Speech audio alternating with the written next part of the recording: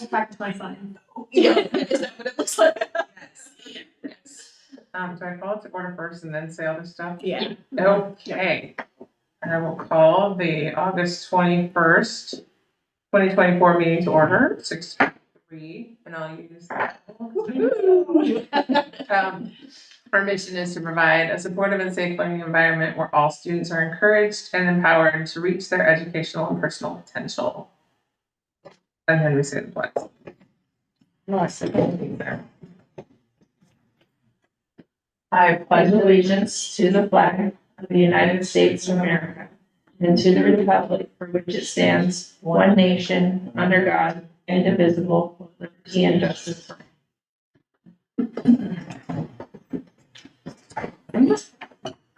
Everyone there's no changes to the agenda since we got them, or? I don't.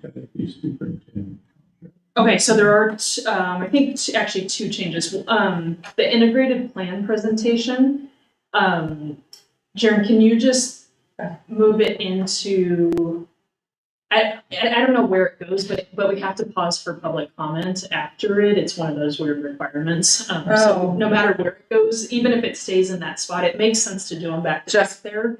We just need to pause and make just pause there. Okay. Yeah. And then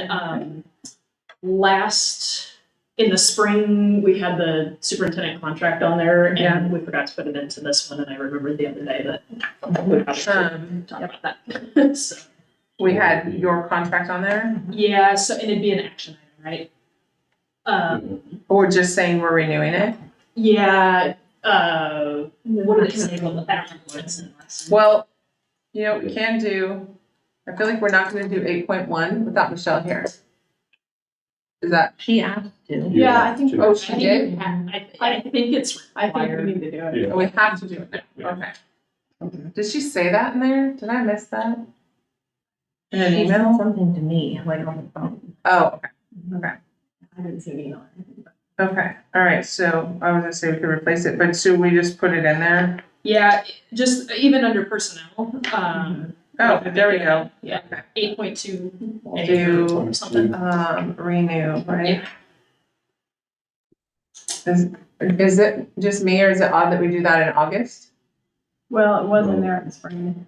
Or we didn't do it? Well, it was on our last meeting, June. It was on the June meeting, and then I think it was late, really late, and then Abby had some questions on it. I think, did you get a chance to connect with Michelle to talk, or I think she was going to reach out to you, but I don't know what happened. But if you have any questions, we can answer them. But it does need to get. Okay, then that makes sense. Because I was like, why are we doing it in August? Yeah. Thanks for your work, but now it's what you're starting. Okay. All right. So, is there any public comment on anything you don't have? I haven't had anything. And then, so Wilson, I saw that you sent us that email. Yeah. I briefly read it. I just got it. I briefly read it as while I was driving. Yeah, it just came, I got it when I was driving home from work. Yeah, and I got it The at asbestos. 4:00. So, Yeah, so it's just PBS, abatement company saying that they'll draw up the documents for abatement, the plans that we need, and then we can put them out to bid. Okay, and hang on one second. Mary, did you get the email too? Yeah. Okay, just making sure you have something to look at or whatever. yeah. We're all in. Yeah, so we can put it up there if it's needed. You guys have what, but just because it's public, Yeah, go record ahead. too, let me, read Kurt's email. See attached for the proposal from PBS, I recommend accepting. Wilson Architecture, which is Kurt's company, should be part of the process. We will coordinate base drawings with PBS, coordinate their work with you, and help plan the procurement process. I suggest added $3,500 for Wilson Architecture Services. We will be on an hourly, not to exceed basis. Regarding procurement process, the simplest solution is, first, PBS prepare the bidding documents. Second, Wilson Architecture and Mapleton School District distribute documents to asbestos abatement contractors. Third, select the contractor based on bidding, enter agreement for services. And fourth, abatement contractor abate finishes. Abate is the verb there, I guess. Per the PBS drawings. Note, some non-asbestos containing materials may need to be removed to access the actual asbestos. Note that this process doesn't include the replacement of finishes such as flooring and underlayment. My suggestion is a second contract with a local small-scale work contractor to start after abatement is complete to replace the finishes. Note the Wilson architecture fee above doesn't include services for this second package, and I would budget $5,000 to $10,000. Another option is to package together abatement, replacement of finishes, and other improvements at the middle school. This makes sense if there are spatial changes at the middle school, which I don't believe we are planning to do right now. The integrated approach would bring a general contractor into the process to manage all the subcontractors, which adds about 20% or more to the costs. So I think the discussion questions are, one, do we accept this bid with $3,500 added? And in that conversation, then in the procurement process, do we do it as asbestos and then finishing, flooring, whatever, and then, or put it all together so that we know it's all included in. My biggest worry, and I didn't get a chance to talk to Fred, I got this at 4, and he did try to call, but I wasn't available. I don't want abatement to happen and then be sitting there without flooring, waiting for a whole process to go, and I don't know what the time frame between those two is. So that was my only, when I read it, like, we had to wait long enough for this document that I don't want to get stuck in another waiting game, especially with you all. I mean, we have a number of people using the building now, and I don't want to be without a floor. Yeah, but finding somebody to batch it together, somebody, to bid out abatement and that together might Take it longer. Yeah, or just might be hard to find somebody. It might be easier to find just an abatement person and then a contractor to do the rest of the work, which is more. Yeah, and local small scale work contractor, it seems like that's a lot of people with this. I don't know a lot, but So is that something then that if we just do them individually,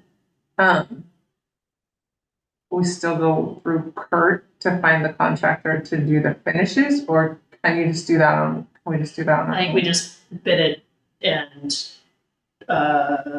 what was the 5 to 10? He would still be part Right. I mean, I think supervising like that and doing if we're going according to designs and stuff like that, I would assume that he would be probably key person overseeing that, or that contract. But I don't think selecting the contractor. Maybe it could be applying and selecting. I don't know. That's how I would assume, is that we're selecting the contractor. But She would be reaching out to the people, right? I don't know. Usually we would put a bid out. Jaren, this might be a question you can answer. I don't know. We would put the bid out for the finish work. So I would think, right?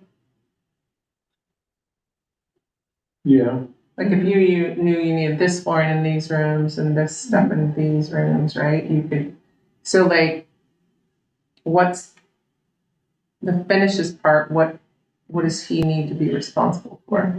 I mean, putting together generally all the design work, I would think. We weren't changing much over there, were we? Aren't we just pulling everything up and then getting the abatement out? And then we're changing stuff over there. But up here, are we just getting the stuff out? Yeah, but what do we put back in though?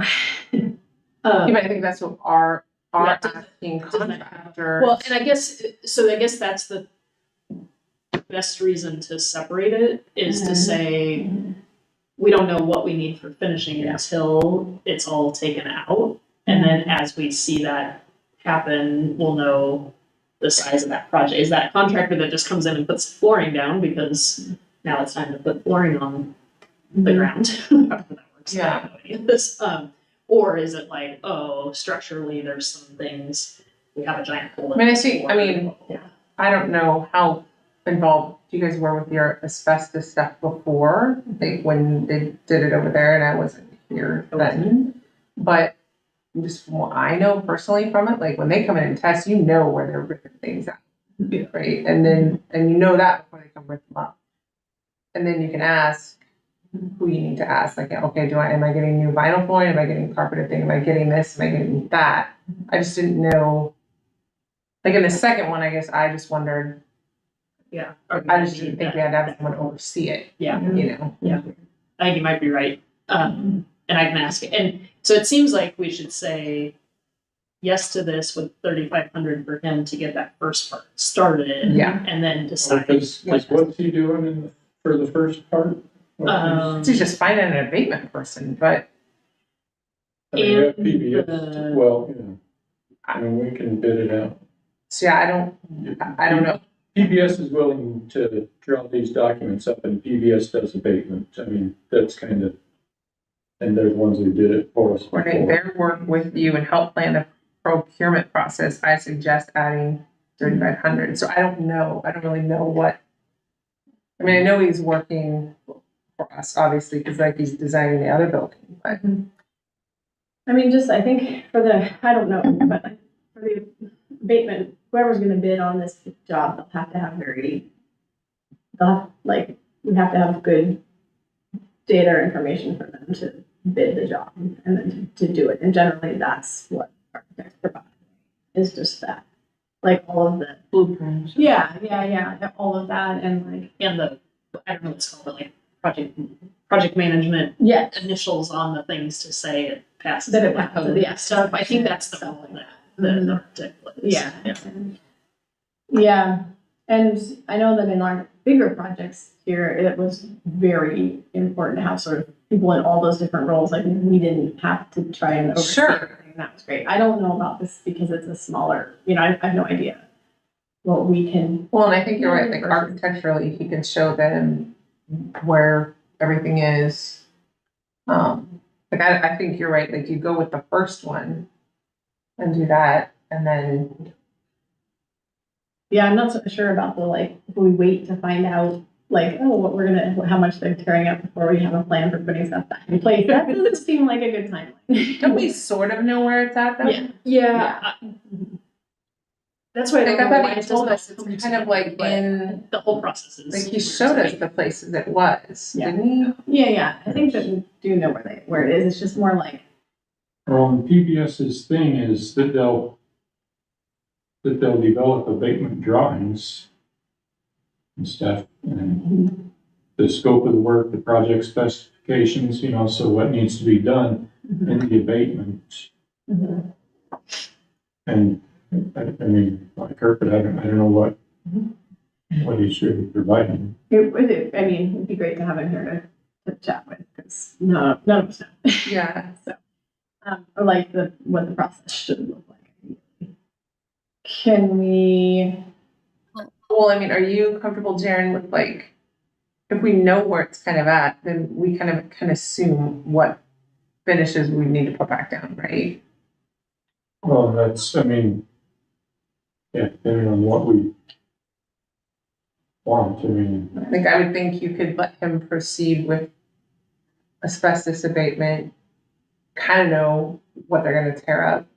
We could forecast who you're reaching out to as far as, we're going to need this covered or this covered. And I don't think, and then you can maybe not make it a huge lapse of there's no floor in that room. Yeah. Yeah, right. Mary, do you have anything to say? I did, but I think it's fine now.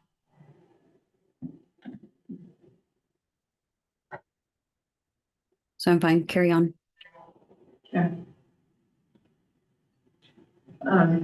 because and like I said, I think last time, when we did the preschool building, I mean, that was just abate and put new flooring in. Yeah. And so, I mean, it was, Yeah. I mean, I know it was all kind of wrapped up in all the other remodel, but that's really, It well, wasn't we that, didn't that was take- separate. no, we- oh, it was separate, And it was right, it was separate. Yeah. So Yeah. we kind of know.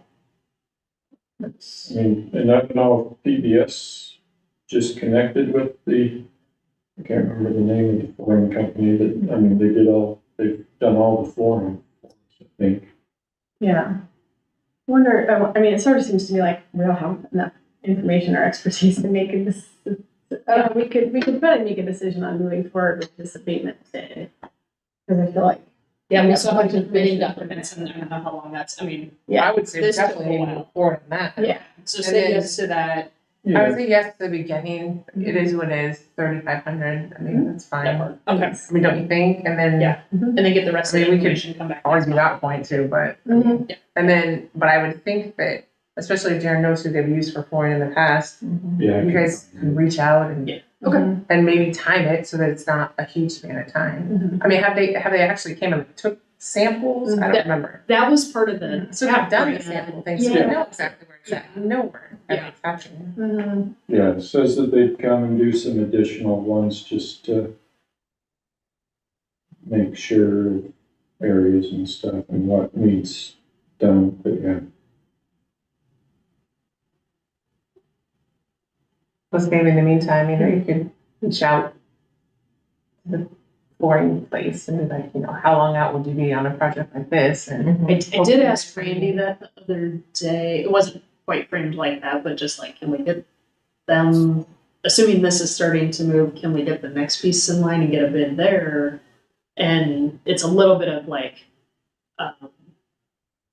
just kidding. We were talking about HVAC for that building too. That's actually what it was about. But wanting to, like, companies don't like to come just do the bid. They want to come, or quote, they want to come do the quote, knowing the job's coming, potentially. And so, like, that timing out of it and stuff. So it was actually HVAC, not the floor. And again, for Kurt's, I mean, this PBS one is assumes the client will provide digital drawings of the facility there for you go. use in developing the abatement Yep. plans, and so we might Mhm.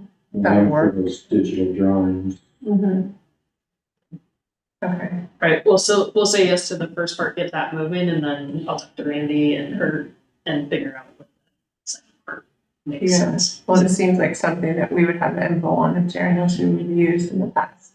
It wouldn't have to mean using him for that part. I mean, we're gonna use him for a lot of parts. Mary, do you have like any final thoughts? No, I'm fine. Cool. Okay.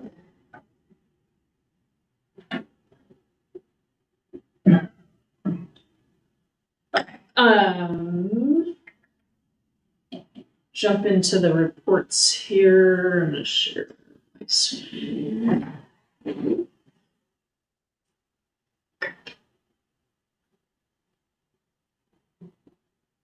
It's not looking.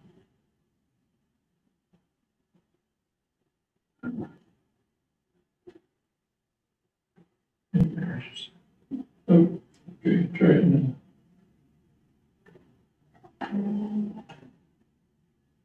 There we go.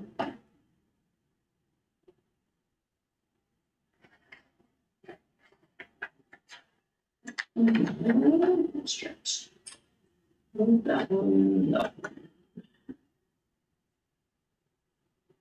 Mary, can you see the screen? No, probably. Let me hit share on it, then you can have a copy. Mhm. I have, well, The, what do you, I'm showing a presentation, so I'm gonna share it to your Mapleton email, and then if you want to follow along, then you don't have to be able to see the screen in here that I'm projecting on. Great. Sorry, I should have thought of that earlier. Okay, so you're in review, looking forward to this year, and those are kind of woven together, the looking back, looking forward kind of throughout. So just a reminder of goals for the year: attendance, belonging, communication, and then at the elementary and secondary level, focus on literacy, some routines, classroom routines and supports, really digging into our tier 1 level for all things academic, behavior, attendance, and then increasing our look at formative and performance-based assessments. How do we know that students are learning what we want them to learn and can do the things that they're supposed to? I'm going to talk less about these things and more up here because that's where a lot of the data lives, but I'm happy to answer any questions here too. So, okay, I'm going to break rules. The thing I'm going to show you is embargoed, but I'm going to later, they can slap my hand and I'll be like, oh, I thought you meant the whole document, not all of it, not a piece of it. So this is from last year's state report card, and we had grown 18% for attendance, and we're up to 57%. And just a reminder, that's 57% of students were attending school 90% or more of the time, and the district or state average was 62%. And we were excited about this growth and knew that wasn't enough. And I was remembering back when I pulled up the last year's review, like I had set this goal right when I started in the district, and I remember saying to the board, I have no clue if this is achievable, but we're going to stick with that goal and aim for it and see what happens. When I looked up the number from the year before, and it was at 39%, and was like, oh, that might have been lofty, but we need to get there. So let's leave it and see what happens. So 2 things, if anybody wants to play a game. The state average went up. Any guesses of what it went to? 64%. 62, 64. Go ahead. Any guesses? All right, so I will tell you it went to 66%. So there's been some improvement across the state, which is exciting for everybody. Any guesses where we are? How did you mostly show this? You're probably, you're above your goal. I don't know about above yet. Maybe I said that a little. Yeah, I shouldn't have talked about that part beforehand. So anyway, I was excited. I thought we were going to be high 60s, and Well, that's what most of what you've shown would show you're in the 70s. Yeah, right? and I would have been excited to just pass the state average. Nice. Our dashboard shows some of this, and it's different, and that's why when I saw this, I was like, I don't think this is accurate because it was higher than I expected. I was expecting about 69 to 72, somewhere in that range, and was stoked yesterday that we're up to 75%. So, and blowing away the state average, which is exciting. I think for me, we've been very focused on the importance of coming to school regularly, and it's paying off. And its growth across elementary and secondary, which I'm not going to show all those because most of it's embargoed, and I couldn't help myself from pulling this one. But that data will be real in October or something. And the thing that this now that 25% of kids, really digging in closely to them and figuring out some of those kids that they're at 85%, and we just need to get them over the hump to 90%. But there are some kids that are significantly lower that now it's what are those supports? What's the barrier from regular attendance? So anyway, super excited. I hope you guys are too. The second half of that goal is a daily attendance rate of 90%. And we broke that too. So elementary 91, at the high school 90%, and we were actually over 91. The last month dropped a little bit, and then broken down by days of the week. And that was cool to see too. So that's awesome. yeah. So my new goal is 82%. So we hit 75. I think we can do 82 and keep that growth on up. So. Great to have data to support kind of what we saw when we walk into the school and see the little signs about that said attendance, daily attendance and stuff. So but it's cool to have this. Yeah. So, yeah. Any questions on attendance? Communications, some of the things, Parent Square platform. We rolled that out. We have it in place, and I was looking the other day. About 40% of families have the app.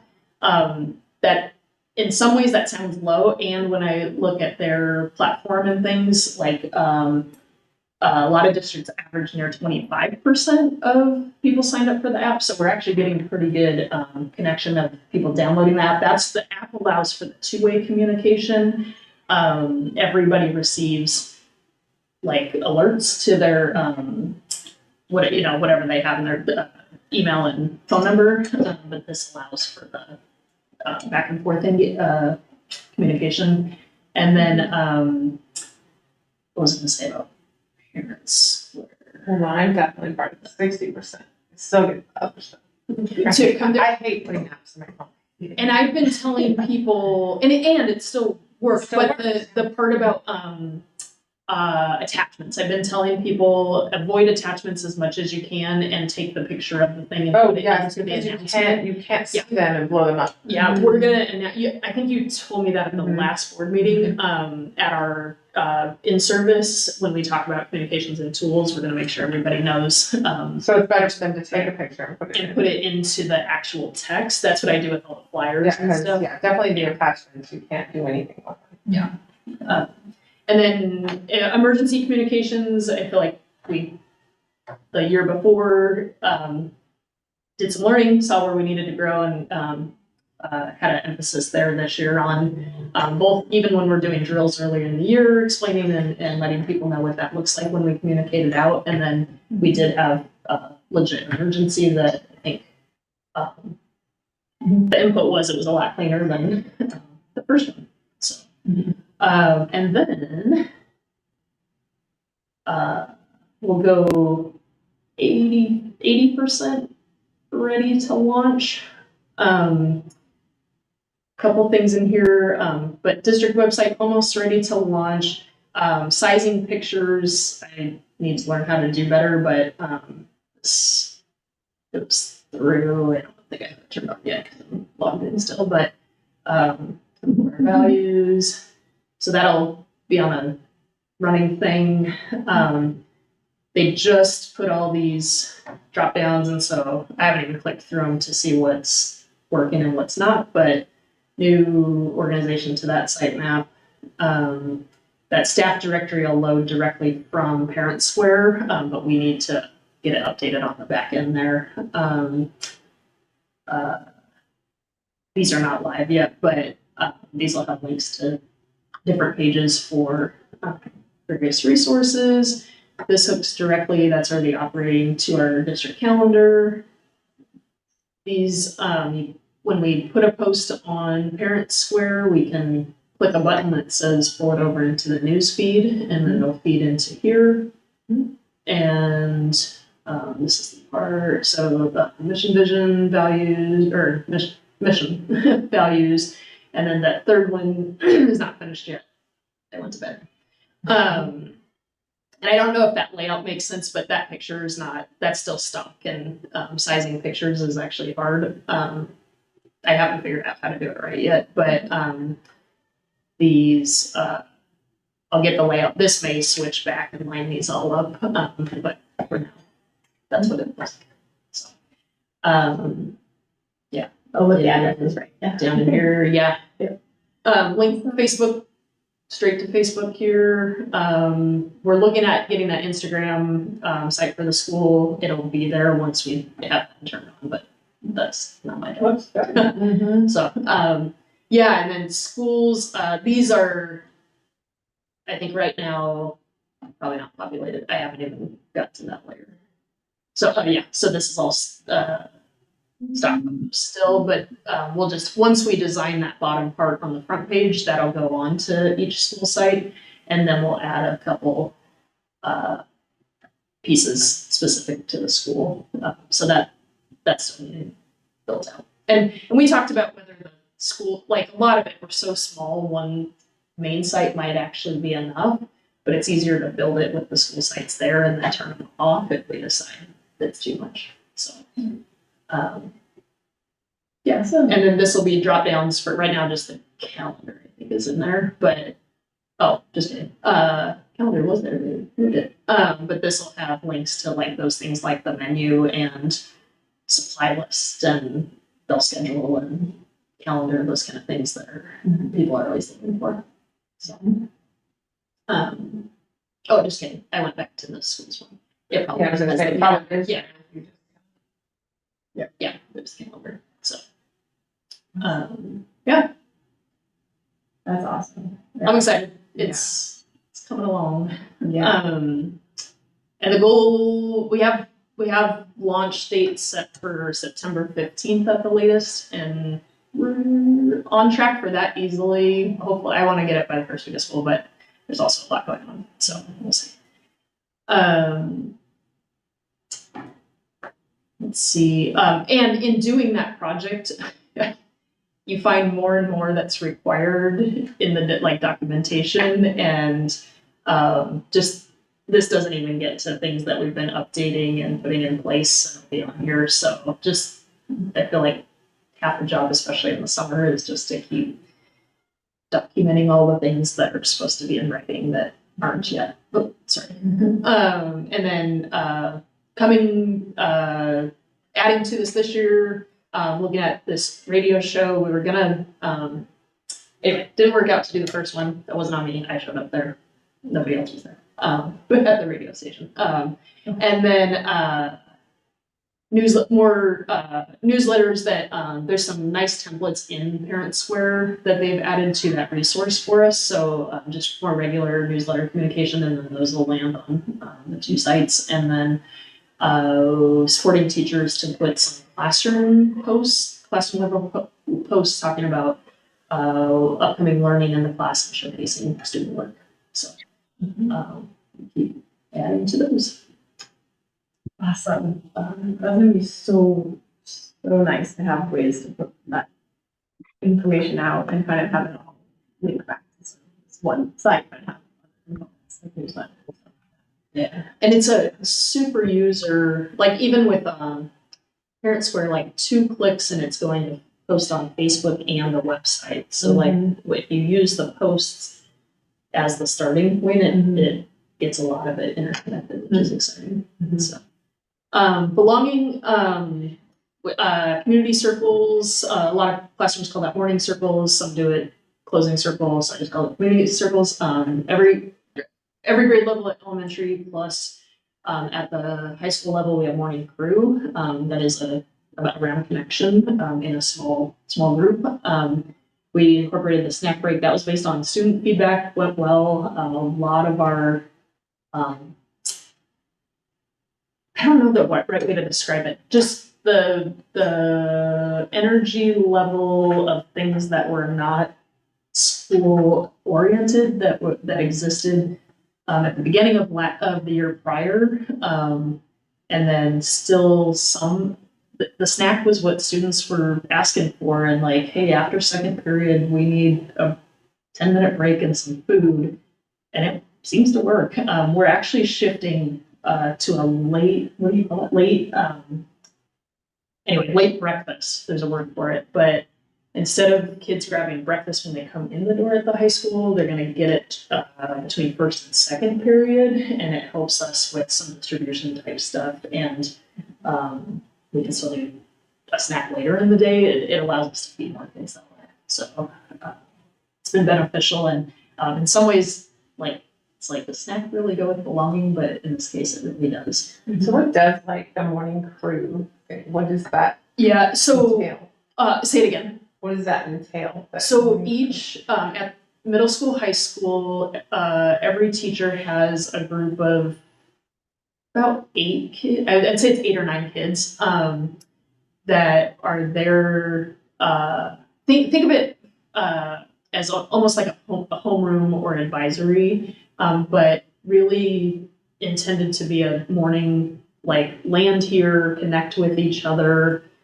We have some content prompts and focus to talk through, but a lot of times it's really that check-in. How are you? What do you need to be successful? Those kind of things. So many students land at school escalated for whatever reasons, that it's a kind of a grounding place before they go up to class. And we found for a lot of our attendance kiddos that were not regular attenders before, this has allowed for more regular attendance and success in the mornings. And then we have coffee cart. So there is a group of students who work the coffee cart that they're on the coffee cart group. And so their morning check-in is doing there. coffee cart together.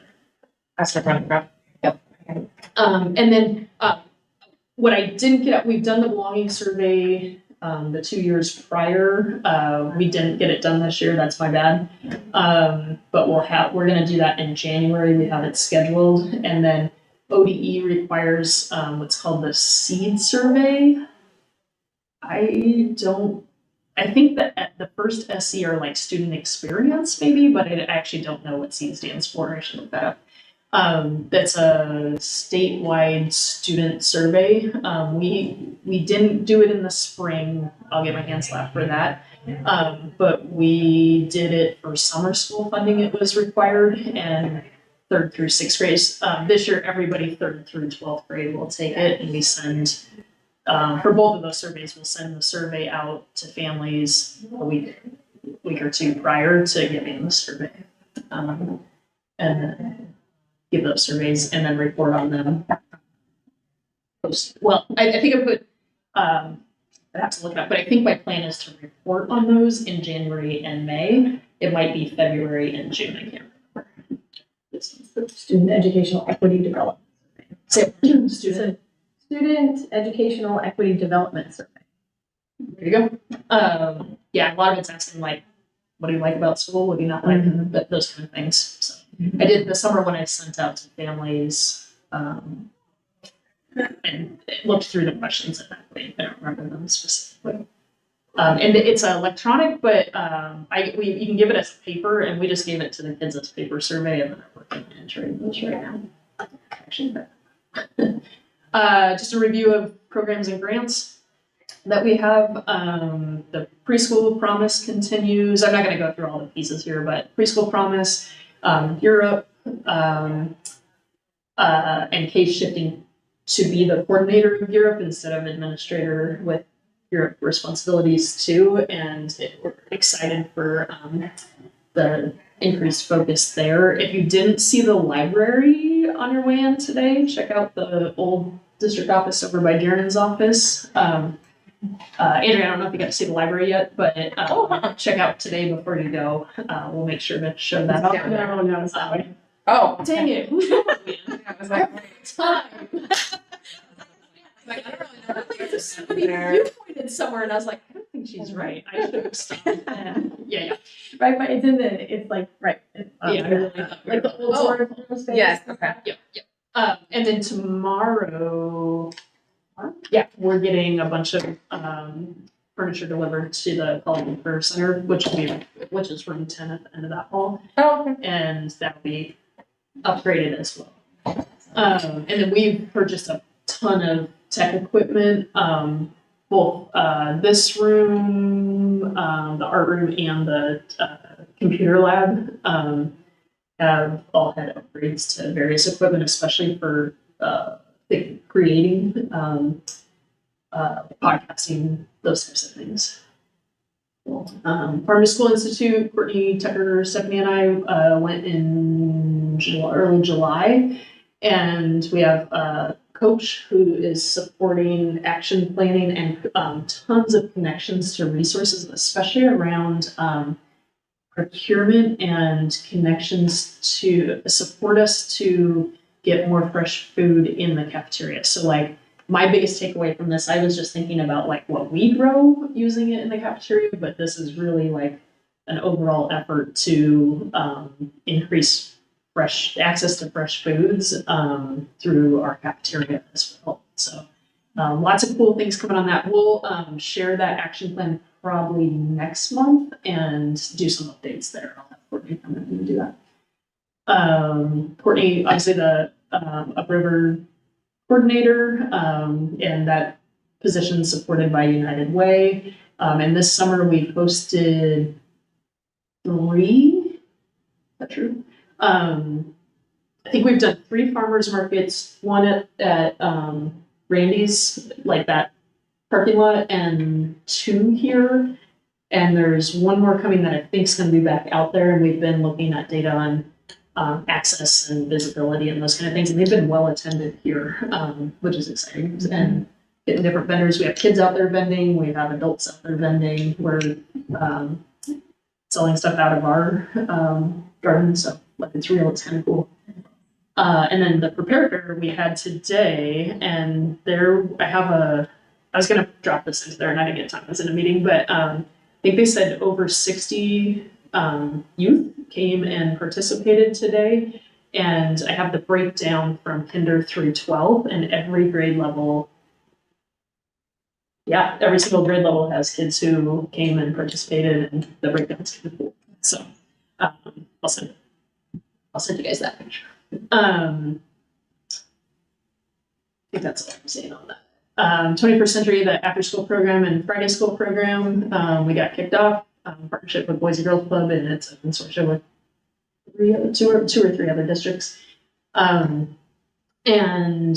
Janet is going to serve in the role to be that liaison between that program and staff at school, to keep supporting kind of those routines, expectations, and the academic supports and programming through there. So we had a good meeting and we're excited about that.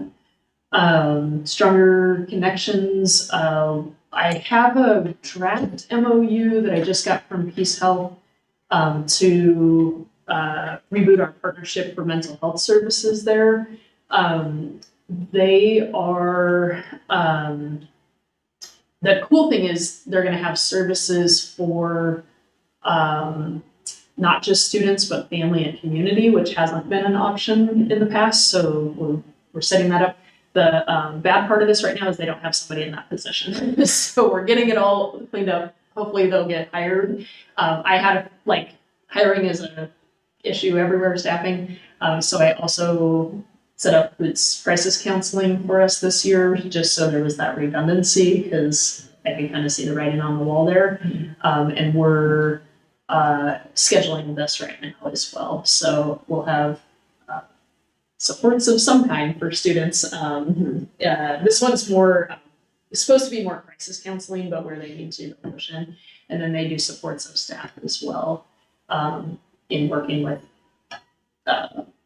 supporting de-escalation and those types of things. And then Courageous Kids is a partner that provides grief and loss supports and training for staff around grief and loss.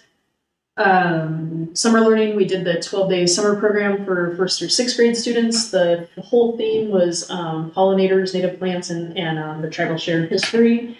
It was fun, it was fast, it was a lot.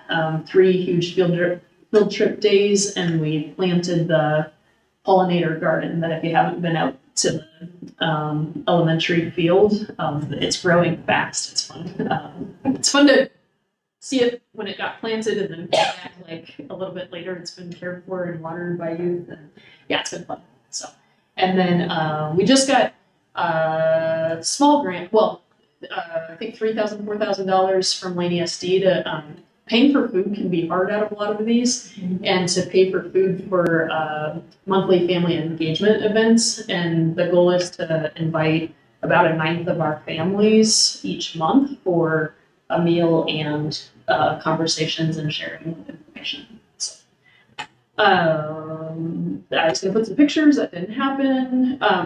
Statewide audits, special education, title, federal programs, and nutrition services. That was a big lift this year. We did all 3. We're in compliance and approved for all 3 kind of. There's a hanging piece around progress monitoring for special education that we're working on this year. So it's our main emphasis. And then we just got notice we're going to be audited for this is comprehensive and targeted school improvement. We get money for one of those. I can never remember if it's comprehensive or targeted. around district capacity building. That's a pretty small lift in comparison to these. And then we are being audited for state testing, state assessment processes.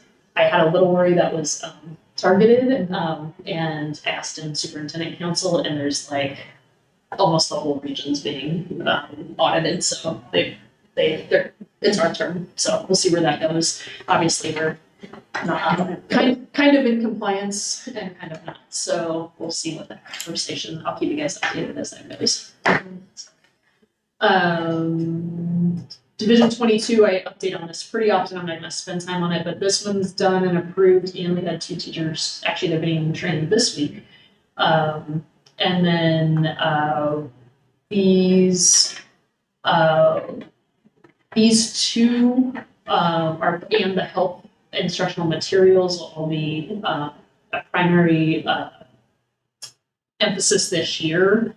And these 2 are almost done. I just need to type them up and send them in. So next time you see me, those better be on my list. So, and then I do have at the board retreat, we can talk through goals and planning and that kind of stuff. But I have a tentative board agenda layout that includes updates on these monthly and every other month. Some other exciting fun things. Improved our system and process and emphasis of this is part of the evaluation process, but student growth goals and supporting students teachers to use student data in their goal setting and tied to the evaluation plan. And we'll keep that going and keep adding to it and weaving some systems together through that.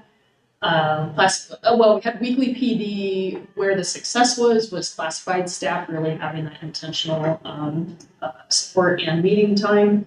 And then this year's goal is to do way better with everybody. And then just to update, Jamie, Carly, and I met. We've updated the overnight field trip process to require communication of roommates as part of one of those follow-ups from gender listening sessions. And then things on the agenda for this year, obviously we just talked about the first one. In that, when I meet with Kurt, we have on the agenda when we meet next to talk about locker room and privacy plans, short-term and long-term. And then we're working through accreditation this year and the integrated plan we have to resubmit, the whole state has to resubmit this year, and we're working to align those processes, and we'll update monthly or bi-monthly on that. And then there's two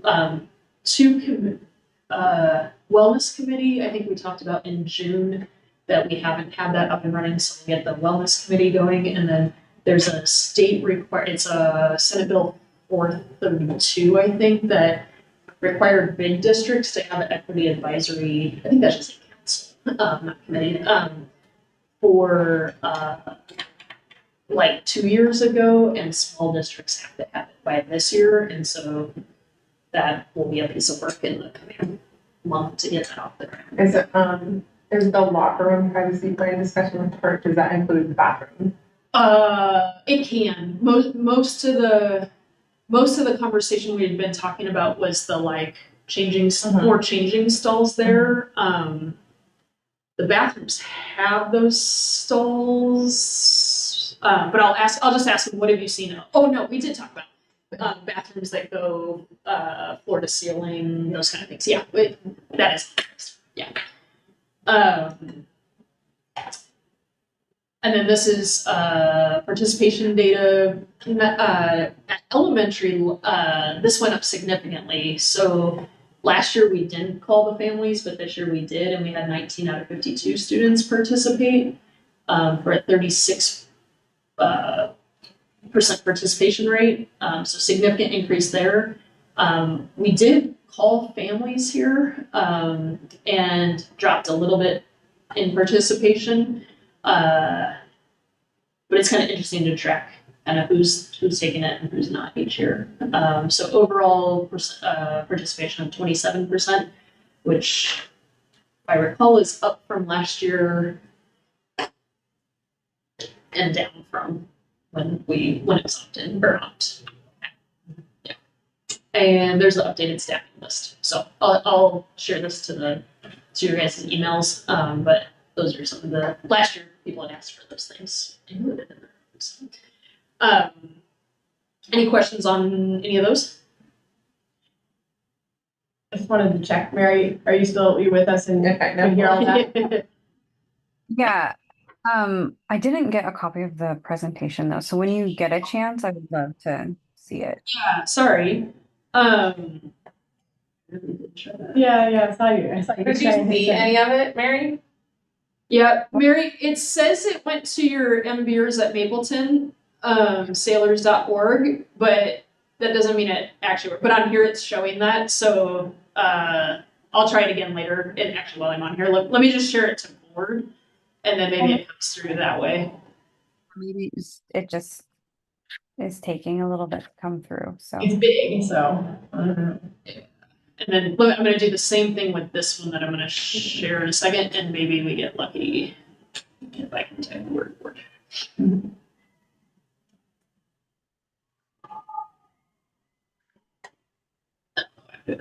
But Yeah. Yeah, Mary, any questions from that? And the only thing, the attendance rate, I don't think we actually said it out loud because it was the visual, but we hit 75%. So we're right at that original goal. Cool. Second part, some of this is repeat. I just have to read this to you guys and then pause for questions. It's pretty short. Reminder, this is, it used to be 1, 2, 3. Okay, it's still 6 accounts, but there's 2 more being woven in right now. Ongoing engagement, equity focused, student focus on students historically marginalized. For us, that's specifically our gaps are for students with disabilities and students navigating homelessness. Comprehensive needs assessment, ongoing cycles of improvement with these shared goals, which is why they put these funds together. These are the progress markers. Obviously, I'm not going to read that to you right now, but there are 15 that are kind of those identified things that when districts do these, we move the dial on those quantitative measures like attendance and literacy rates. So these are they're called longitudinal performance growth targets that are set, regular attender rate being one of those that I reported on today. We actually don't have a target set for 3rd grade reading because our numbers are so low. We don't have anything meaningful to track longitudinally, so they don't make us set one, which is interesting. And the report asks us, when we submit it, we have to go through and mark growth in each of these and put some comments. That's not included in this plan, but always working to increase our engagement and partnership with communities along the spectrum from inform to deferring power. And then our outcomes, we have 5 of them, and these are the aim is that these are the outcomes that we're aiming for all of the work that we're putting in place. So one of the things at the board meeting, I'll share these there. I'm not going to read these out loud to you. We've reported on them before, and at the board retreat, I'm going to read them, or make sure you can read them and give time. But our plans and then 5 strategies for the funding that's attached to these.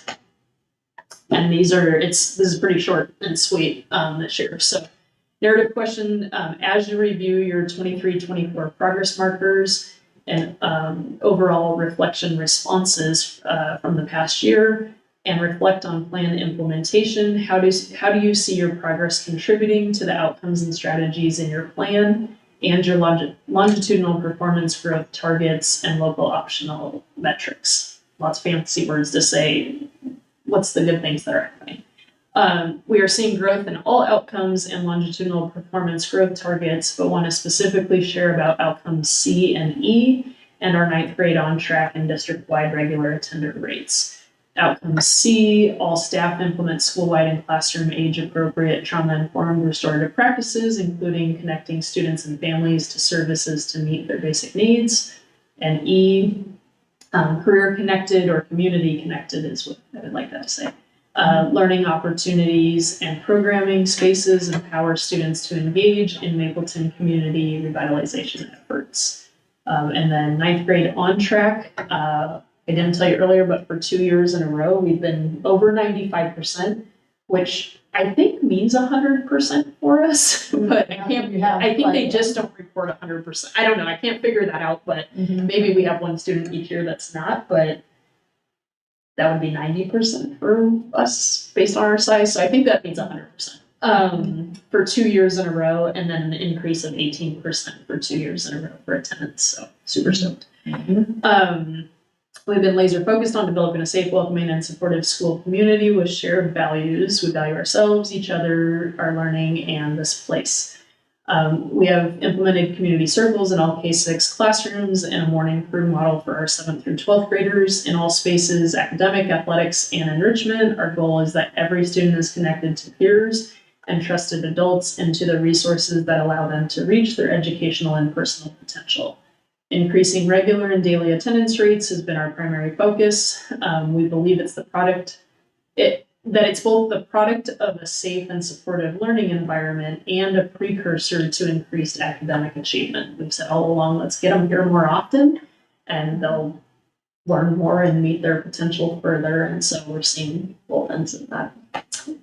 And then you can see that, right? The second, and this is the only other question, so it's a short one this year. As you review the progress markers and overall reflection responses and reflect on plan implementation, oh, just kidding. Oh, this is the rest of that one. Sorry, this is a longer response. Similarly, through SIA and Gear Up funding, we are building systems, spaces, and programs that promote post-secondary opportunity and achievement. This starts with a successful transition to high school. Systems and supports include success classes and student-led conferencing, as well as regular grade checks, Friday school opportunities, and connection to counseling and wraparound resource supports. Our expectation is that all students are prepared to take dual credit courses during their junior and senior years. At the elementary level, we are prioritizing implementation of our new English language arts curriculum, including systems for intervention and enrichment. As student literacy improves, academic success in all content areas will improve. Finally, we are proud of our innovative approach to community-connected project-based learning for all 7th through 12th grade students. All students are engaged in authentic learning experiences in gardening, culinary, business, sustainability, construction, electronics, and media publications that position them to participate in and lead community wellness and vitality efforts. Okay, second question. Where have you experienced barriers, challenges, or impediments to progress towards your outcomes and strategies in your plan that you can use support with? So what are the barriers and do you want support? We're just scratching the surface of outcome B. All Mapleton families are engaged in the development of individualized student learning goals. Multiple enrichment and intervention opportunities that support students to reach them are provided. We continue to update our curriculum and instructional materials at the elementary level. We are committed to prioritize an implementation of our ELA curriculum before focusing on math, science, and health, while at the same time recognizing that there is a need for these subject areas. This first year has been focused on Tier 1 instructional and assessment practices. This next year, we will use student work and student data to design small group instruction, interventions, and enrichment extension opportunities. This will include more regular sharing of data with families and engaging students and families in goal setting.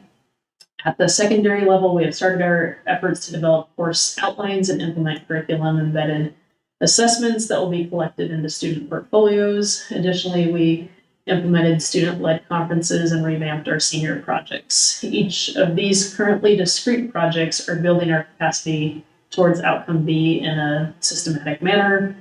Time is currently our biggest barrier. There's a lot of pieces and only so much time. We continue to align and articulate our district and school improvement efforts and look forward to using the accreditation process to do so in the coming year. So hopefully that answers the question. I think that's it. Any questions from you all? And no, it's cool to see, just comment, like, I mean, it's cool to see the reporting end of things. It does help, like, we hear pieces of the implementation and things, but it kind of helps to just gather.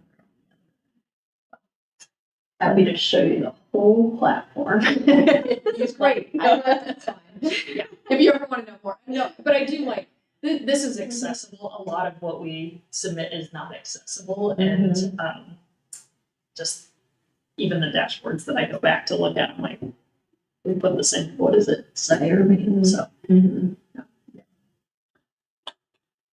Any other questions or comments on that part? Mary, anything? All good. All right, we'll pause for a minute for public comment. And Jaron, will you make sure to write that we did that? Karen, no, that's your. How long do I wait? Because it's all online right now, no one's here. We're good. I mean, can we just say, though, to people, like, if they watch this later and they have comment? Yeah. Yeah, and we're always open to questions. I know, so like, even if somebody goes back and watches this, it's not live, like, still shoot the questions to you. Absolutely. And what I'm, just to go back to that comment about hosting families, about a ninth of families per month. The goal is to increase that communication about this type of thing without getting in the weeds about this. Like, what do you want? What's working, what's not, those kind of things, and make those connections. So, yeah. Okay, thanks. That is all my reporting. Finance tech management or maintenance. Or Anything you guys want to know? How's the summer been? Yeah. perfect. Yeah. Did some maintenance stuff, did some tech stuff, spent some money. Oh, is that a good time to ask? Because I didn't ask during your thing. I know I talked to you about, and you said you guys were revisiting it. I talked to you about the electrical stuff. Yeah. Because I was like, oh my gosh, it's volleyball season. I don't know what that's. So I connected with Randy on it, and we did a walkthrough of where everything's plugged in and how it works. And one, we think we have an extra fridge now that we're going to move somewhere else to store some food. But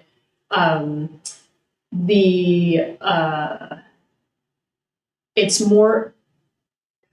I didn't think about it. Maybe the fridges are taking up a lot of the electrical.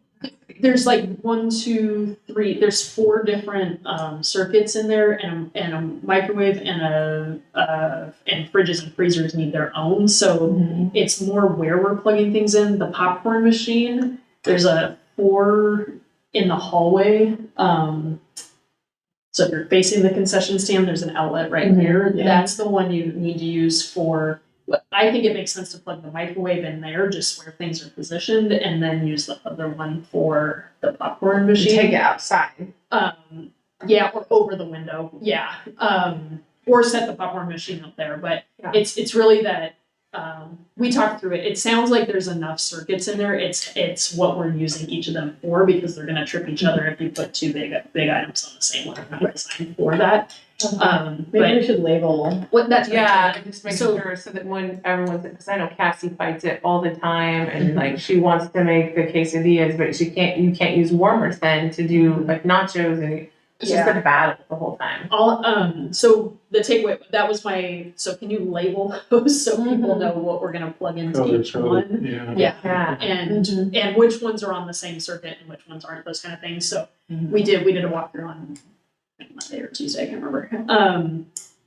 And that was the takeaway from that. We are dropping some lines at the elementary. There's like the 2 classrooms and I always call it the lobby. I don't know what it's called. In the middle, we're putting outlets into each one of those because there isn't one. Unfortunately, our Like that communal lobby area between 2 classrooms, right? That you go into in every. You know, when you go into like Sarah and Claire's, there's that center You walk in. like where She's there's a talking little about those table a little lot of times. common areas Yeah, between the and two there's classrooms. no electricity in any of those, and so we're gonna put a line, like a 4 outlet into each one of those. It was supposed to happen last week, and unfortunately our electrician had a medical emergency, so we're rescheduling that work. So, but those are the two big electrical things. Earlier this year we dropped lines into Kristen's room for a bunch of new technology in there. So there's not like the option to put more power in there? When we went through it, he didn't think that was the need. There's enough power in there. It's that you have to understand how they're connected, and so it was more like, okay, how do we label it? How do we teach whoever's using it? I think based on that, hearing that, I think I'll have Cassie, who probably does the most. Or she would just know where. Yeah, things need I think to I'll be. have him get Cassie and say, let's set this up in the way that it normally Mhm. works, and see, and if it's like, oh, actually, that's the problem, we need one more outlet here, then Well, we that's the know only thing we I need want, like, it. I think maybe they could make it functionally work on all the countertop things.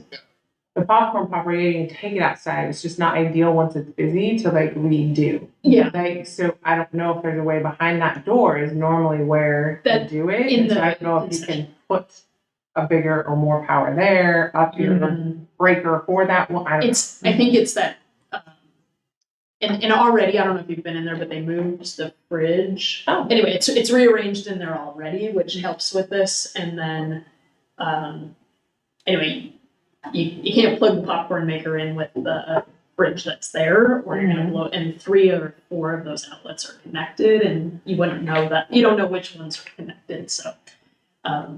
Yeah, we talked through all the pieces that we knew of that people use in there, and could you get them all operating at the same time, and Randy thought so I think cross our fingers and keep working on it, but I think it's a test run with Cassie to say, can we run all this at the same time? And then the other thing that in volleyball scene, for some reason, doesn't bother me in basketball the same way, but like the lights in the gym. Yeah. I don't know the answer to Yeah, that. I think that's sport, but yeah, you're right. Well, like, for some reason, for volleyball, it's like I notice it. Maybe we're looking up more, I don't I know, think it's yeah. like more Well, quiet. you're not busy. Yeah, you don't go back and forth. I notice it during basketball, and I notice it when I work out there. Yeah, It drives Yes. me nuts. Yeah. And it moves around, and it's a thing.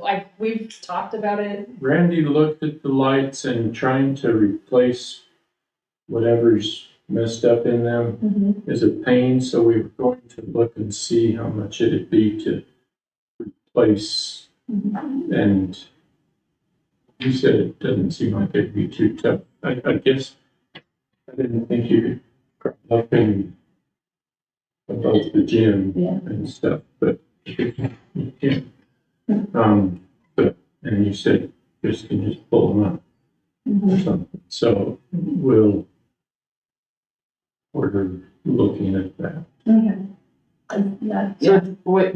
So like whatever needs replaced is a pain, but you were gonna replace what? The entire thing, the entire light. Okay. See how much. Because the bulb is probably the problem, but Well, replacing the bulb, or you got 3 or 4 different parts in there, and trying to get to them and replace them and get them to work seems to be an issue. Okay. So they're expensive parts. And Versus just getting a light. The whole thing. And then do we know which ones, or is he gonna have to diagnose like which ones are the bad ones? Yeah. Or then we need to Wait for a game and then we're like, it was that. It was that. Well, like they seem to jump around. It's like there's like some. I always thought they were moving them.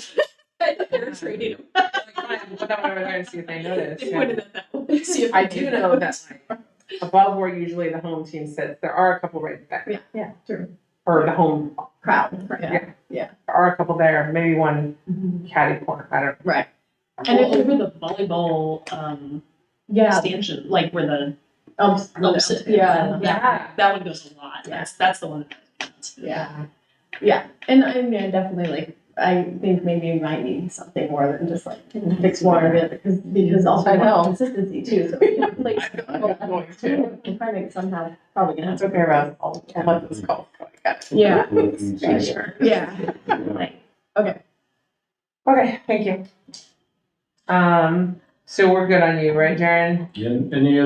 Anything you want to know about? I'll If, just go with- can I do a shout out, sorry, on, maintenance? Our custodial staff has been understaffed all summer and they feel bad because they're up against the, the Yeah. in-service is coming, but they're meeting the deadlines and Yeah, I saw they're They're- having the classrooms ready. they are just in working time. hard. Yep, Mhm. so shout out to, Nova, Jamie, and Angie, this summer, and at various points, one of them have been out or two of them, and they just keep plugging along either as a single or a pair, so it's been great. That's awesome. I mean, it's a lot of work. It is. And up on the side. Yeah. All right, so with the consent agenda, did anyone have any comments or questions on that? Do we need to go over his? Or, I would move, that we approve 7.1, 2, and 3. any second? Did you say you second? No, I said I can't. I second. All right, we'll do hands first and then a vocal. All those in favor? Right, and Mary? Oh, sorry, Mary? Aye. Okay, unanimous. And then action items. So the elect board chair, vice chair. The acting chair's not here, but, we'll probably all know our thoughts. So what do we do when we do this? So usually I think we just, and I might get this wrong too, but like, I think we nominate for, so for chair, we would do chair first and we nominate nominations and then nominations for vice chair. Discuss and vote. Does anyone have nominations? Yes, I know you. I felt that coming. Yeah. That natural flow. It is kind of a natural flow. Are you willing? Well, I always say this will be my, every year's busy and this will be my busiest one. Just know that I will always not be here if there's a game. Just know that. I'm gonna say that now. I know. I will be at every single game. Muse will probably face a lot of the same things, but if we ever have to move a board meeting because there's not enough of us here, that will just be why. So, it's my last year with her, so whatever she's got going on, that's what I'll be doing. But otherwise, yes, that's fine. Yeah. Checking next one. I already build all sorts of calendars I know. with games. Games and- are Tuesdays. They're Tuesdays and Thursdays. So- That's a big reason why I was like, no, Mondays and Wednesdays are totally my thing for the next few months. They'll change again once basketball comes around. Yeah. But no, everything looks good Yeah, I did. for the first few Yeah, months. so- Get through season, and you guys don't have any middle school commitments during volleyball season, No. right? So it's just Mhm. Helen and Lucy. Yep. And, okay. Yep. Right. Okay, so, Do we vote for that and then do the vice chair? Yeah. Okay. but Mary, do you have any comments, nominations, anything in that discussion stuff? No, I disagree. Okay. So I move that, that we elect Andrea as board chair. Second. And we'll take a vote, everyone in the room. But why did I just read what I'm saying? In favor. And Mary? Well, I seconded, so I'm obviously in favor. Okay. No one else to be opposed. Okay. Yes. All right, so now we need to nominate a vice chair. I nominate Mary, if, pending willingness. I nominate Mary. Okay. Mary, thoughts? Well, I mean, if if no one else wants it, yeah, I mean, I think I think it's good. I've been on for a little while. I kind of feel like I've I kind of understand the ropes. And I know Mizu, you've done it Mhm. before. And well, Michelle's not here. And Mhm. then Abby, you're fairly new, so it seems to make sense. So if that's all right, with people, be happy to serve in that way. Awesome. Yeah, it kind of follows like how we typically do it too. It's Yeah. like we kind of have the person who was vice chair typically, if they are willing and stuff, and move to chair, and then we have, sort of the next person who with the, experience, like kind of upcoming experientially wise, be vice chair, and kind of it's nice because it keeps it works with just kind of like you say, learn, you're in there a little bit learning the sort of how all of the steps go, and then then you lead, and then somebody else learns it, and then they lead. So Okay, so we'll take a vote.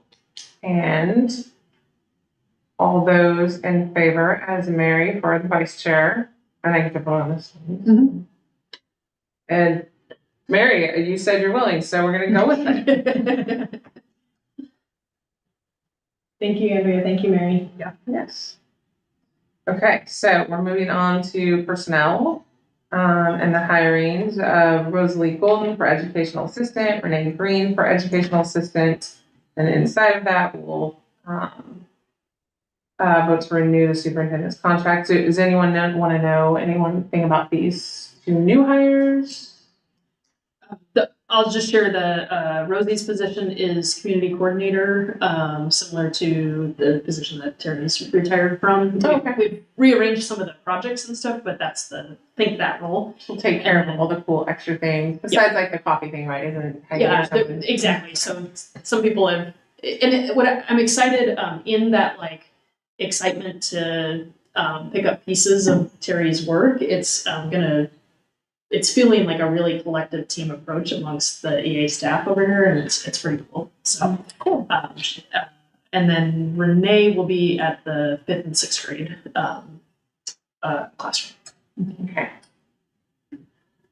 And then are we just, can we just make it as a one vote? No, you should vote on that first because Okay. the other one is actually, it's not just like renewal. There's It's like Okay. approving the it's more monetary. So I need a motion to approve the hiring of the two educational title assistants. So moved.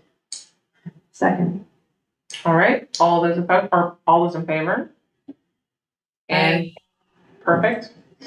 Okay, and then moving on to the renewal of the superintendent contract.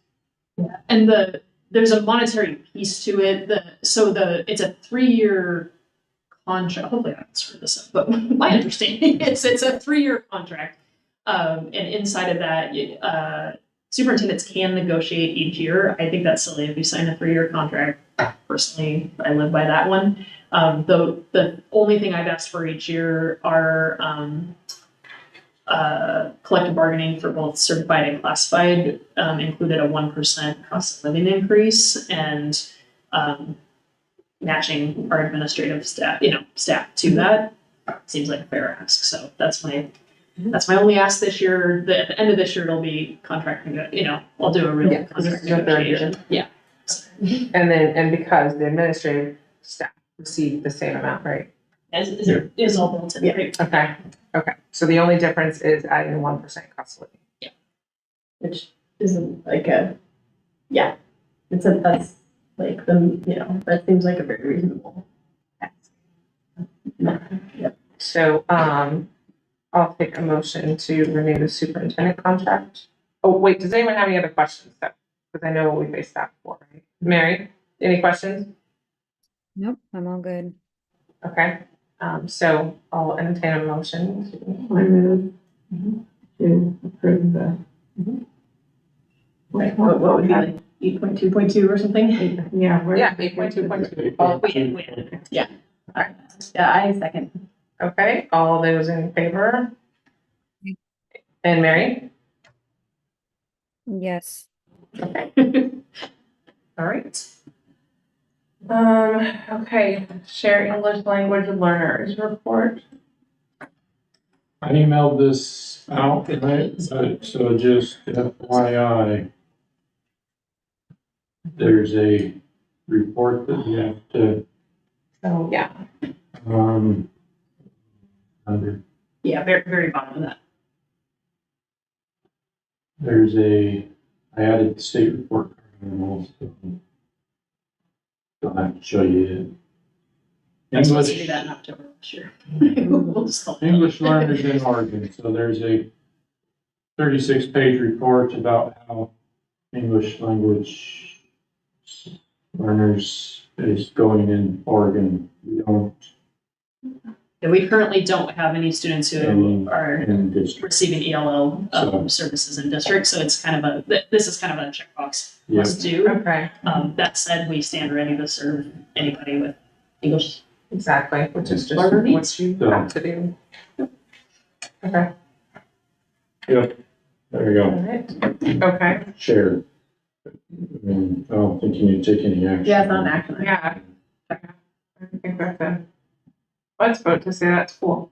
And then healthy safe school plan annual statement. Annual statement on that. Have to share this also, annual statement, 2024.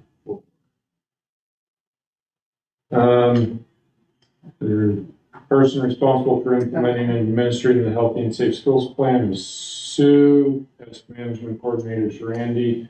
Asbestos Hazard Emergency Response Act info, there's Randy. Copies of the Healthy and Safe Schools Plan are available. Testing certification, we are in compliance with lead and radon testing. There's links on the website and they all work. We haven't done anything in the past year for any remediation activities and blah. That just means all those people need to take all the fun little what's it like? The Yes, test yeah, things. Randy has to take stuff and Those are fun. All right. Okay, so New Year action items. You just read through, we're just saying that everybody's doing what they're Is it entitled to do. These are usually like, a lot of times we'll just like bulk these, Yeah. because they're pretty much just like. Which I had read through them earlier. Yeah. the two changes, we tacked Elizabeth's name on there for confidential units. Mhm. Yeah. And we upped our crime insurance coverage, Okay. from 100,000 to 250. Is that like for vandalism and stuff? It's,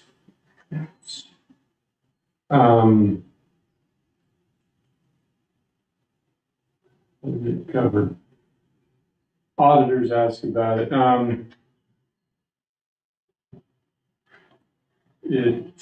Crime, let's say I run off with money, it covers that type Okay. of, More in-house crime activity? I think so. But yeah, Craig, our insurance guy, he had a number of districts upping it. There's been some things that it's pretty cheap to up it. And so, and I know the auditors mentioned and did mention it and stuff, just based on how much money's in the savings account, usually in the checking account at any one time and stuff, just for additional coverage of that amount. But those are the only Two changes. two changes on here. Okay. Mary, do you have any questions on any of it? No. Okay. So I would entertain a motion to approve, and I'll just say it for you, 8.5.1 through 8.5.17. So moved. Second. All those in favor? And Mary? Hi. Okay. Oh, I just saw number 17 real quick. Next month, we usually move it to 6:30 because of open house. Is everybody still good with I that? think so. Yeah, I think so. Why not? I will also be online. I'll be in Chicago for a training thing, but we'll figure it out. So September meeting. Okay. Did you get that, Mary? September's meeting will be 6:30? Or, yeah, September. Okay. All right, moving on to policies, and we all did a good job staying through this in June. So we just are approving them, right? I think you can. And we can bulk approve. I think you can Yes. bulk Yeah, you can. approve if you want to move any up to talk about. You can bulk approve the rest and then talk about anything. Can I make one comment? Yeah. I did the civil rights coordinator training. It's a new position and requirement this year in 8.6.1. That's the addition to it. I just wanted to share with you guys. It's not necessarily just in 8.6.1, but the related public complaint processes. The board serves as the appeal for any public complaint process that were to happen. Yeah. And because of that, the board would need a non-discrimination training connected to that role. So my next step, I haven't asked yet who provides that and what does it entail, but expect that. Is that training, is that just like an online thing they'll send, or do we? That's a good question. I don't know. Yeah. It's title, I mean, we have the Safe Schools Title IX non-discrimination stuff. That, I don't know if it's a individual, read these things. Go thing, through, yeah. like the vector training. Yeah, right? exactly. Like if it's one of those. Or if it's processes for a board, I'm not sure, so that's on my list of So things know to that reach back we'll out. be You're gonna approached have to about train. that later. Yeah, yeah. Okay. And that's the only. Probably doesn't impact approval on this, I just wanted, that was my spot to remember to tell you guys that. Okay, does anyone have any discussion they wanna have about any of these items? I do not. That's ridiculous. It's just stressful. Yeah, we went through, I think, a lot of our thoughts on it before. Mary, no questions on any of them?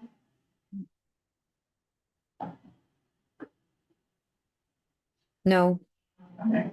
Okay, so I would entertain a motion to approve 8.6.1 through 34. Move. I second. Okay, all those in favor? And Mary? Yes. Okay. Can I give a quick thing? There was an email I think Jaren sent for September. We got the policy analysis back late in spring, and in the policy packet, all of them, there are 111 deletions that are recommended, and so that first batch is literally everything that OSBA says, hey, it's and for a lot of them, it's like that policy was woven into something else at some point that's duplicative. I did not go through all 111 to tell you if there's anything I disagree with. I am meeting with his last name's stuck in Rick this week, one of these days here, and I'll get more information. If he tells me anything about those deletions that I think you should know, I'll send a follow-up email connected to that. But if you can look through those to whatever level you would prefer, we sent them extra early to give time, but those will be 111. That packet's going to look long, but don't get overwhelmed when you see it. It's right. The proposal is to get rid of them all. And deletions and cleaning stuff up is awesome. If it's been part of other things, and then the rest of the year, the plan is to do each section once each month. And so do a first read and a second read in that order, starting in October. And so we'd start with A and B usually go together, and then C and then D and so on. And if we do it in that order, we finish in June. So get it all done that way. Great. And those are just all the deletions. The September will be the deletions. Okay. That'll be Other ones. what I'm not sure. Do you know? I meant to ask you this. Do you have to do a separate read for deletions? Well, technically, you Yeah. don't actually have to do first and second reads for any. Oh, okay. You can just So either, adopt. So if we go through them, then in September, we can just be like, yeah, and say, yep, anybody have questions, you vote on it there, and then we start the first reads for reviews and revisions for A, B in October. okay. Okay. Cool. Moved on to discussion items, the board retreat share out, but it's not a share out because it hasn't happened yet. It's moved to the 4th, right? Yes, September 4th, 3 to 7 p.m. at, Michelle, she replied, said, right? she said yes. Yeah, I saw that there was a response, I didn't see the response. Yes. She's doing it at her place. What day? Wednesday the 4th.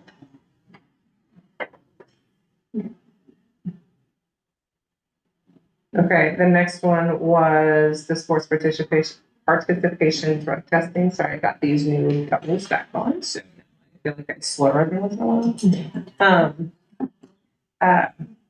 And Sue had asked if I wanted to leave this on. I was fine leaving it on. I understand everyone isn't. I mean, I know we discussed it. I don't know if there's any follow-up discussion.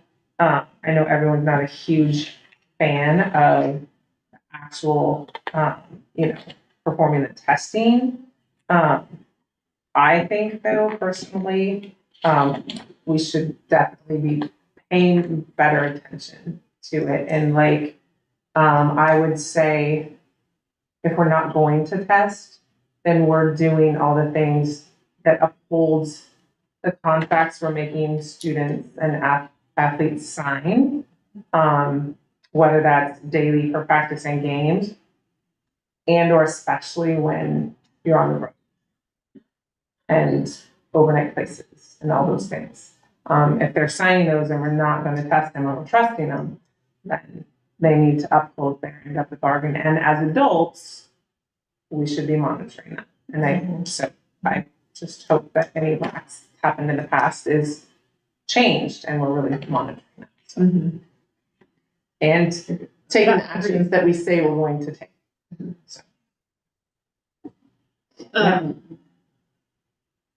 started to look something up, but it's not popping up here. But I was going to think it's two things. I found like this comprehensive list of board and superintendent calendar. Like it's phenomenal. I wish I found it 2 years ago, but now I have it. And one of the things in there is an annual report in the fall of I might be off slightly on this, but drug, alcohol, tobacco incidents and numbers and policy kind of thing. And so we're not in one of the things we're working on with our data system for Oregon Data Suite is doing a better job of tracking discipline incidents and like types of them. So I look back, I don't have a good way to report on it. Here's my report. It'll be better reported next year. But that was one of the things I saw that reminded me of this conversation. So we can have that. And then one other thing, this is just a name out there. I can't figure out if it's related or not, but when you did registration, there's the annual notifications, which I haven't seen them before. They now exist, and they'll be on our website when it launches. But there's one in there about the right to essentially opt out of any what's the word, like extra exam, like a physical exam type thing. And I couldn't think of anything that you would be taking a physical exam for. In reality, except if we were to drug test. And so what my wonder was, does that actually give permission for families to opt out of it anyway?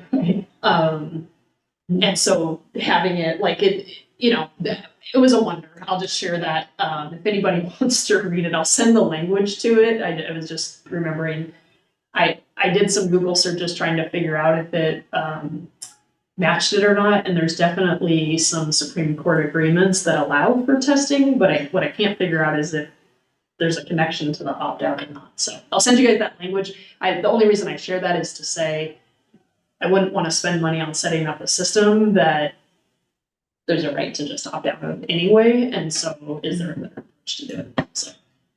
So that's like something that other schools you think are using? I don't know. Because I've never encountered that. For people to opt out, yeah, maybe I'm. Yeah, I mean, and now that you have other students playing athletics at another, I mean, you have students playing at two different schools who do drug testing. Yeah, and does this give the right for a family to opt out of it or not? That was my question reading, because when I read it, I was like, what is this even referring to? I'll see, I found the document, let me see. And maybe it's, I mean, I guess you could consider it, yeah, I don't know. I mean, because otherwise we literally signed an agreement that says they will be drug tested, so. Yeah. Yeah, so I'll read you the language. It says parents have the right to opt their student out of non-emergency invasive physical examinations or screenings required as a condition of attendance administered by the district or its agent and not necessary to protect the immediate health and safety of a student, except for hearing, vision, or scoliosis screenings or any physical exam or screening permitted or required under state law. And I just put a sentence, Mapleton does not require any physical examinations that are not authorized by state law, so no opt-out form is provided. So but I have no clue what would meet this. Well, And is it just maybe require, drug testing when they're at school? or is it physicals for sports?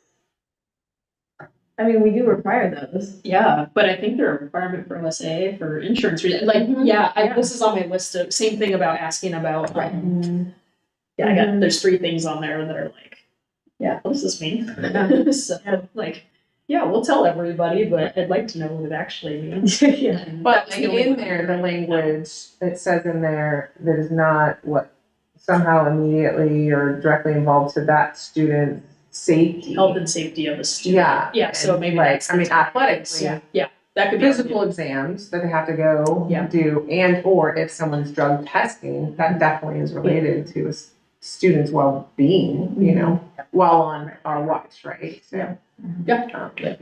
Yeah. Anyway, these are the things I was thinking about while I was making these forms, so I'm sure with you. So yeah, I would just like truly emphasize that coaches, whoever, you know, understand their contract on their end as well and are upholding that. And not afraid to take the actions that are stated that they will take, so. All right, any other public comments since we've started? Seems like, I have a question. I guess not. well, I guess we can, okay, or is it Or comments of the board? comments from the board. So Jaren has no, I think, public comments, so we can move on to comments from the board. So this Eugene bus thing? Yeah. How long is it gonna be here? Right now, the agreement is, I want to say, give me a second. Somewhere in the next week and a half. 2 weeks. Because I was like, it seems weird to just let random people come on school grounds when you don't know who they are when school's in session, so I don't think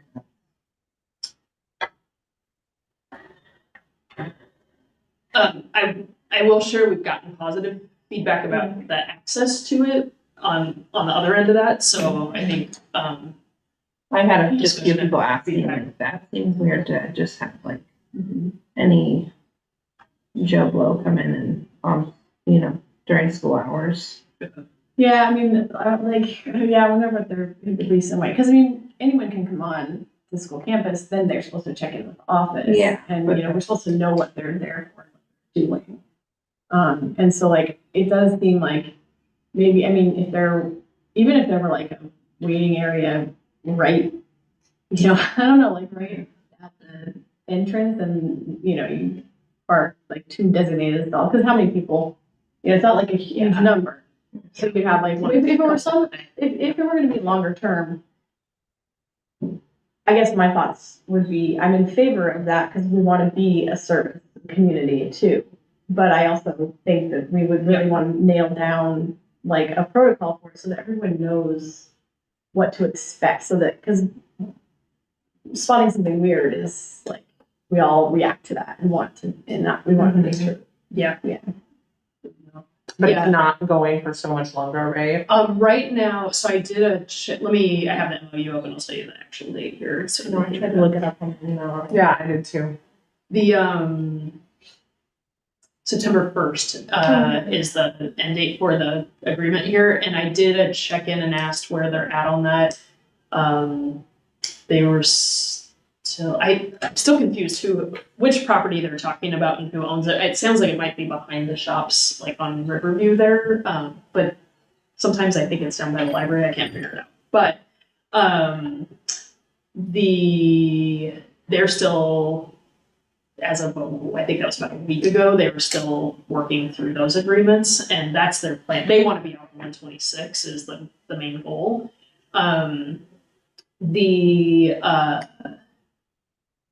I was gonna say part of to those things, it was like we talked about signage and making sure the bus stop was as close to the entrance and that, or the bus comes in, turns around, and gets dropped off right there.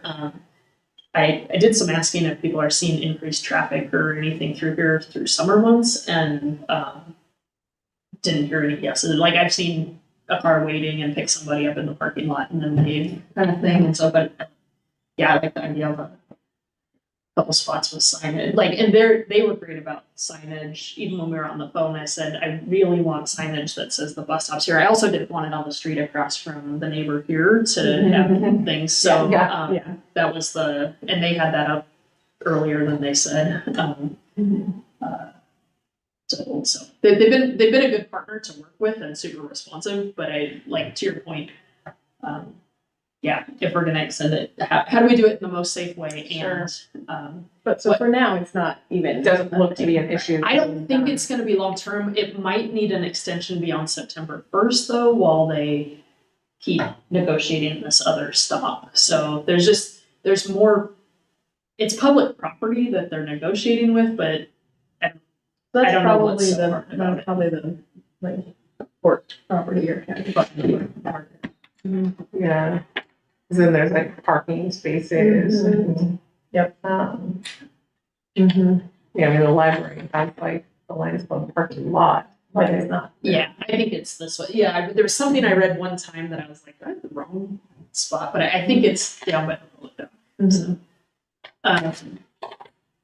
okay, well, For now. which is still closer than and more accessible than when it was down at the bank. So that's a great spot. I just what I don't want it and when they canceled it for those 2 days, there were calls immediately. So it's used enough that it's a community service for Mapleton, and Elcog got a bunch of calls. I got It's like the bank selling the bank building. I don't know. Like end the agreement. Yeah. Yeah, I don't know. Why? yeah. So that was more like, hey, you can't stop having this service.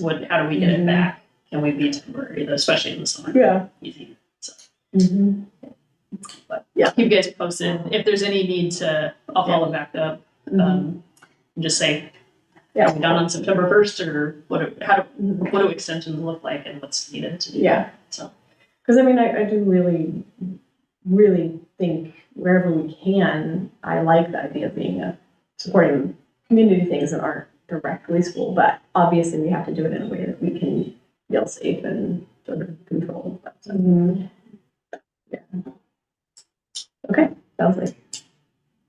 So if they want an extension, then you'll come let us know and what proposals for what we talking and especially with school starting, because this is before I know it's before the school year. Yeah. That was, I told them hey, school starts after Labor Day or whatever. Can we do it there? So that was the current. Okay. That's all. No other life flight issues. I don't think so. That's good. Just so you guys know, So many comments on that. I still don't know why so many life flights were happening, but it was a very increased incidence of them. Like for a week or two. But we're talking sometimes multiple in a day, and it's 6 to 8 I think it was a just week. the ironic summertime of Like, Yeah, I'm Mhm. I'm still convinced there was less trauma care at the hospital, so they were having to transport more patients. Nobody ever named that, but Mhm. it seemed to make sense. And then it's slowed down again. But I Well, did talk depending on the to, situation, it's just such a centrally located yeah, Mhm. area, and Mhm. they're usually coming from there and they're Yeah. coming back to the, I mean, Yeah. and there's, Yeah. not ideal to do the other option with listed usually. Is there? Yeah. No, I. and they said like It's a, foggy there too. Yes. and Jared and I talked, it's actually wind and safety there, like it's just not safe for helicopters in space, so we are. Well, and a lot of times what happens is things are happening along the highway, and so you're going further Right. And you should to wait. get on a thing to go somewhere. I mean, Yeah. so it's not. Backtracking. And it's been the use of here. It's like this whole highway is dangerous, and so And it's These And not really were in that week of lots of them, the majority of them were transfers from the hospital. So that's where like, all of a sudden that picked up, but there was still some, like some transfer from emergencies, one but hospital. exactly. Yeah, I think to Riverbend or somewhere else. And so Right. I just think it was what services were available for some Probably. reason. Yeah. So it seems to have slowed down. There's a reason they made the decisions, and Yeah. it's I would like for to- the better of the patient. to save lives. Like, because I mean, there's If I ever needed people I it, I know- would want them. people that I know have needed it and used it, and Yep. it's been a good thing. One other date, but I just nailed it down, we'll get it shared out, but October 10th and 11th, I believe is a Thursday and Friday, we'll offer the assist training, that's the suicide first aid intervention. Did you do that one last year? We did 2 years ago, we offered it for most of our secondary staff. Couple of staff, and then we opened it to the community. We're gonna do that same approach the 10th and 11th, and we'll do that on a 2-year cycle. It's a 2-day training, it's intensive. I can't recommend it enough. I did it, and it was useful. Yeah, and anyway, so we just landed those dates, and I'll get actual flyers out to people. Is it like it's like, because I did it, there's not a research refresher on it. No, Research. I mean, you can do it again for sure, but it's not like every 2 years. It's not like your CPR thing. No. Right. Yeah. Because I don't think I would need to do the whole thing again, but like a little mini refresher, like, right, or something. Cool. Yeah, let me ask that question about what they recommend for Yeah. that. Or if there's a section of it, it's like Yeah. the best for. Or if something's changed, like that would be, like, if you had like well, I mean, this would be a whole new part of the program. So it's not realistic, but like if you did have a refresher, if something had changed in the training in the 2 years, and then like whatever else you felt like was most important, reconnect or come and touch on. Not suggesting more work for them, like they do a great, it's an awesome. You know what I will do though? My guess is, I know my wallet thing. Well, I don't know where my wallet is the problem. It might still be in there. I just don't know where that wallet is. But the foldouts has a review. Yeah. I could get extra of those, I think. Yeah. And do a distribution of those to staff and community, and have even if you don't have the training, here's a refresher for that part of it, and That would be refill your cool. wallet. Yeah, that'd be cool, because mine is on the way or something somewhere. Cool. Any other stuff? Mary, do you have anything? No, it's nearly 11 o'clock here, so I was just gonna say that because I thought about it earlier. So we're gonna adjourn so Mary can go to bed. So I will call this meeting adjourned. So move, or someone move. Adjourned. 5 seconds. All right, and we're all in favor because Mary said she's tired. Yeah. Good night. Good night. That's funny. I did think about that at like 6:15. I'm like, okay, it is 3 hours later there. Yeah. So, Yeah. not that she's totally adjusted to it, but she has to live on it. Yes. Yep. I got going typing last night and went to bed at 3:30 and got up at 6:30. So And you also also need. feeling like 11 o'clock right now. Yeah. I just don't do it. sleep out. I can't just can't drive. No, yeah. I have training in the gym in the morning, so. Yeah. movie in the park. Oh, you are? What time is that? Did I say out loud, next month I will be in You did say you're in Chicago, so Chicago, I'm you're not zooming. at- yeah, and Okay. unfortunately it's the same day as open house, and I won't be there, but we'll figure out something Alright. to make that. Mhm.